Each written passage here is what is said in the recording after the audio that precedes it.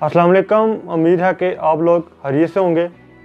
आज अफलातून यानी प्लेटो की किताब दी रिपब्लिक के बारे में बात करेंगे।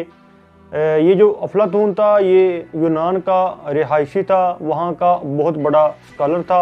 ये अरस्तु का उस्ताद और सकरात का शागिर्द था। इसने दी अकेडमिया के नाम से, हम इसको इंग्लिश में एकेडमी बोलते हैं, के नाम से एक दरसगाह बनाई। वहाँ पर ये अपने स्टूडेंट्स की टीचिंग करता था, उनको टीच करता था।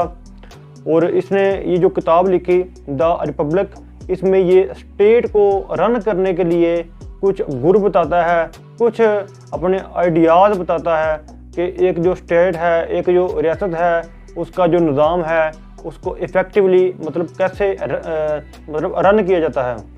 तो इसकी जो हम समरी मतलब स्टार्ट करते हैं, तो इसने ये कहा था कि जो इंसान है, इंसान के अंदर सिर्फ 3 तरह के स्पिरिट्स पाए जाते हैं।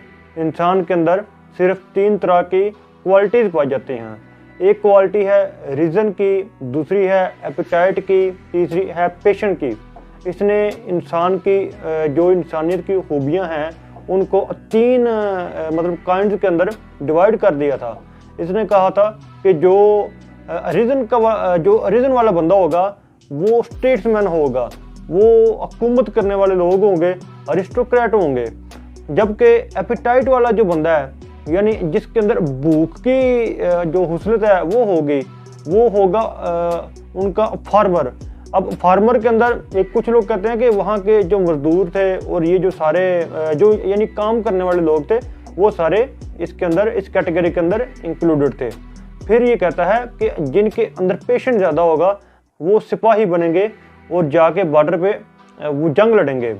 तो ये कहता है कि इन सारे ये जो 3 जो तबकात हैं, इन सब को मिला के हम एक स्टेट बनाते हैं। ये एक स्टेट को इन 3 तबकात के अंदर डिवाइड करता है।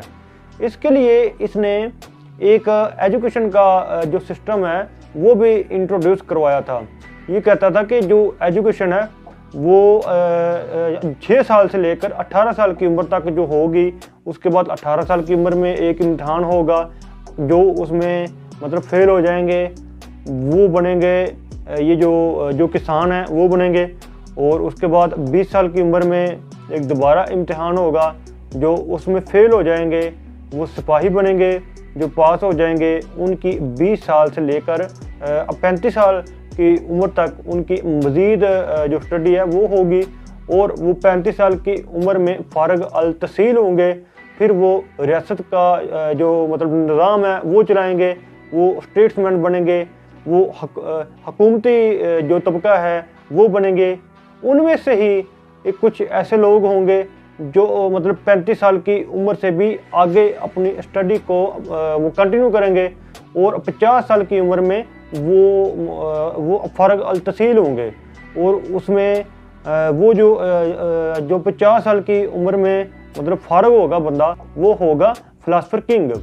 ये कहता है कि किसी भी स्टेट को रन करने के लिए हमें एक फ़िलासफ़र किंग की ज़रूरत है, जिसने बहुत ज़्यादा फ़िलासफ़ी पढ़ी हो, जिसने बहुत ज़्यादा जो आलम फाजिल हो, जिसने अपनी ज़िंदगी का एक बड़ा जो हिस्सा है वो स्टडी के अंदर, वो मतलब पढ़ने और पढ़ाने के अंदर मतलब गुजारा हो। फिर ये कहता है कि जो ये रूलिंग क्लास है, इसने सोसाइटी को 3 क्लासेस के अंदर मैंने आपको बताया डिवाइड किया था कि रूलिंग क्लास, फार्मर क्लास और सोल्जर क्लास।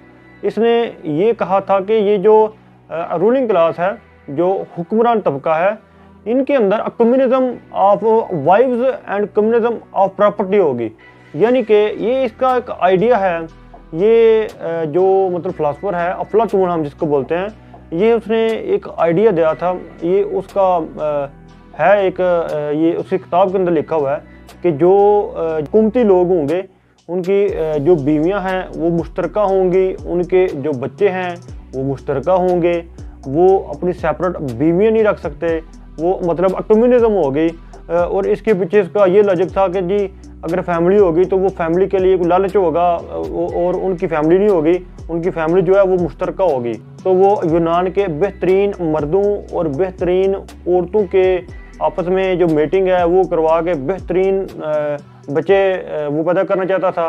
वो ये कहता था कि स्टेट को चाहिए कि बेहतरीन जो बच्चे पैदा करे, और अगर कोई ऐसा बच्चा है जो कि मजदूर रह गया है तो उसको ख़त्म कर दिया जाए। इसी तरह वो कहता था कि जो प्रॉपर्टी है, अगर किसी की प्राइवेट प्रॉपर्टी होगी तो वो जो रियासती एहलकार हैं वो रियासत की तरफ अपना फोकस नहीं करेंगे, बल्कि वो अपनी ज़ाती जेब भरने की तरफ उनका रुझान हो जाएगा। इसलिए उसने जो रूलिंग क्लास है उसकी जो ज़ाती प्रॉपर्टी है उसको भी अबेंडन कर दिया, उसको भी ख़त्म कर दिया। वो कहता था कि ये लोग रियासती जो एहलकार हैं वो अपनी ज़ाती प्रॉपर्टी और अपनी ज़ाती फैमिली नहीं रख सकते। इनकी जो प्रॉपर्टी है और फैमिली है वो स्टेट है। दोस्तों, इस किताब के ऊपर बहुत ज़्यादा क्रिटिसिज्म हुई, बहुत ही कंट्रोवर्शियल ये किताब है। ये क्रिटिसिज्म इस हवाले से हुई क्योंकि अखलाकी लिहाज से कोई ये अच्छी बात ये किसी भी माशरे में नहीं समझा जाती कि जो मुश्तरका फैमिली और खैर मुश्तरका जो प्रॉपर्टी है वो तो ठीक है, कम्युनिज़म के अंदर होता है, ये हमने देखा है कि यूएसएसआर के अंदर भी था। लेकिन ये जो फैमिली वाली बात है ये बड़ी ही हलाक से गिरी हुई चीज़ है।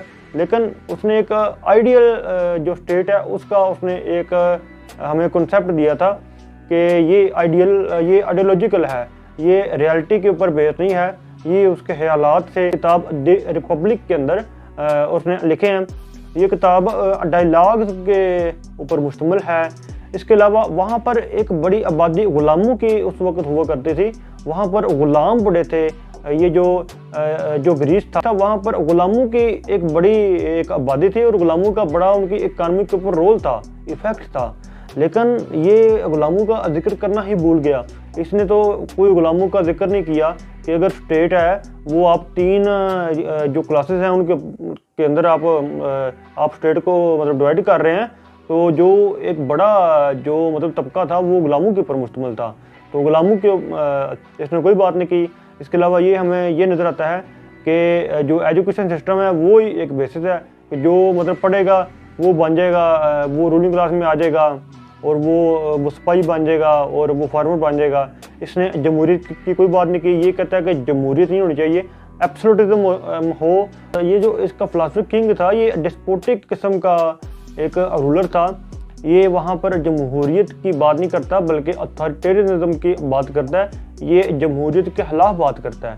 ये कहता है कि जमहूरियत नहीं होनी चाहिए बल्कि ये जो मतलब किंग है ये सारी पावर इसके पास हों और ये जो 3 जो तबकात हैं ये अपना अपना काम करे, तो जो स्टेट है उसके अंदर हार्मनी होगी। तो ये थी आज की किताब जो अफलातून ने लिखी थी। मिलते हैं एक नई वीडियो में एक नई किताब के साथ।